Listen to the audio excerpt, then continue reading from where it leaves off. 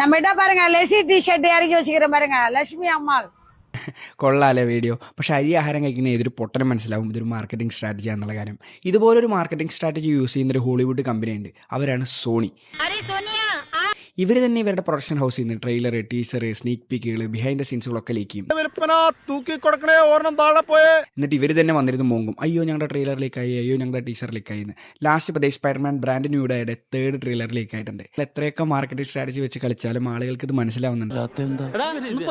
മഗ്വയറിന്റെ സ്പൈഡർമാന്റെ കാലം മുതൽ ഇപ്പോൾ വരെ നിങ്ങൾ ഒരുപാട് ഇതുപോലത്തെ ചീപ്പ് കളികൾ കളിച്ചിട്ടുണ്ട്. അതിൽ തന്നെ ഏറ്റവും വലിയ പീക്കായിരുന്നു സ്പൈഡർമാൻ നോ വേ ഹോം ഇറങ്ങാൻ പോകുന്നതിന്റെ തൊട്ട് മുമ്പ് ഇവർ രഹസ്യമായിട്ട് ചിത്രീകരിച്ചിട്ടുള്ള ആൻഡ്രോയിന്റെ 8K റെസൊല്യൂഷനിലുള്ള ഫൂട്ടേജുകൾ ഇവർ തന്നെ ഇവരുടെ പ്രൊഡക്ഷൻ ഹൗസ് വഴി ലീക്ക് ചെയ്ത് വിട്ടത്. നിങ്ങൾ ഹൈപ്പ് തീരെ ഇല്ലാത്ത ചെറിയ സിനിമകൾക്ക് ഈ സ്ട്രാറ്റജി യൂസ് ചെയ്തോളൂ. കാരണം ജനറൽ ഓഡിയൻസിന്റെ ഇടയ്ക്ക് ഈ ഒരു ടോക്ക് വരാൻ വേണ്ടിയിട്ട് ഇത്തരം സ്ട്രാറ്റജികൾ സഹായിക്കും. പക്ഷേ സ്പൈഡർമാനൊക്കെ പോലത്തെ വലിയൊരു ഫ്രാഞ്ചൈസിക്ക് ഇതിന്റെ ആവശ്യമില്ല. നിങ്ങൾ ആ മേഡം വെബിനോ മോർബിയസിനോ ഇതുപോലത്തെ 2-3 ഫൂട്ടേജ് ഇറക്കി വിടുന്നുണ്ടായിരുന്നെങ്കിൽ പടത്തിന് ആരും പോയി തല വയ്ക്കില്ലായിരുന്നു.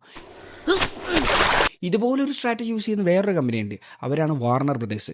ഇവരൊരു പടം അനൗൺസ് ചെയ്ത് കഴിഞ്ഞാൽ അതിന്റെ പിറ്റേ ദിവസം തുടങ്ങി ടീസർ, ട്രെയിലർ, TV സ്പോട്ട് എന്ന് പറഞ്ഞിട്ട് ഫുൾ പടം അവരങ്ങനെ ഇറക്കി വിടും. കാലാകാലങ്ങളായിട്ടുള്ള രീതി നമ്മൾ തെറ്റിക്കാൻ പാടില്ലല്ലോ. തിയേറ്ററിൽ പോയി ആസ്വദിക്കാൻ വേണ്ടി സർപ്രൈസ് എലമെന്റ്സ് ഒന്നും പടത്തിലുണ്ടാവില്ല. ഫുൾ ബ്ലാങ്ക് ആയിരിക്കും. സോ ദയവ് ചെയ്ത് ഈ ഒരു മാർക്കറ്റിംഗ് സ്ട്രാറ്റജികൾ കമ്പനികൾ നിർത്തണമെന്നാണ് ഒരു എളിയ സിനിമ ആരാധകന്റെ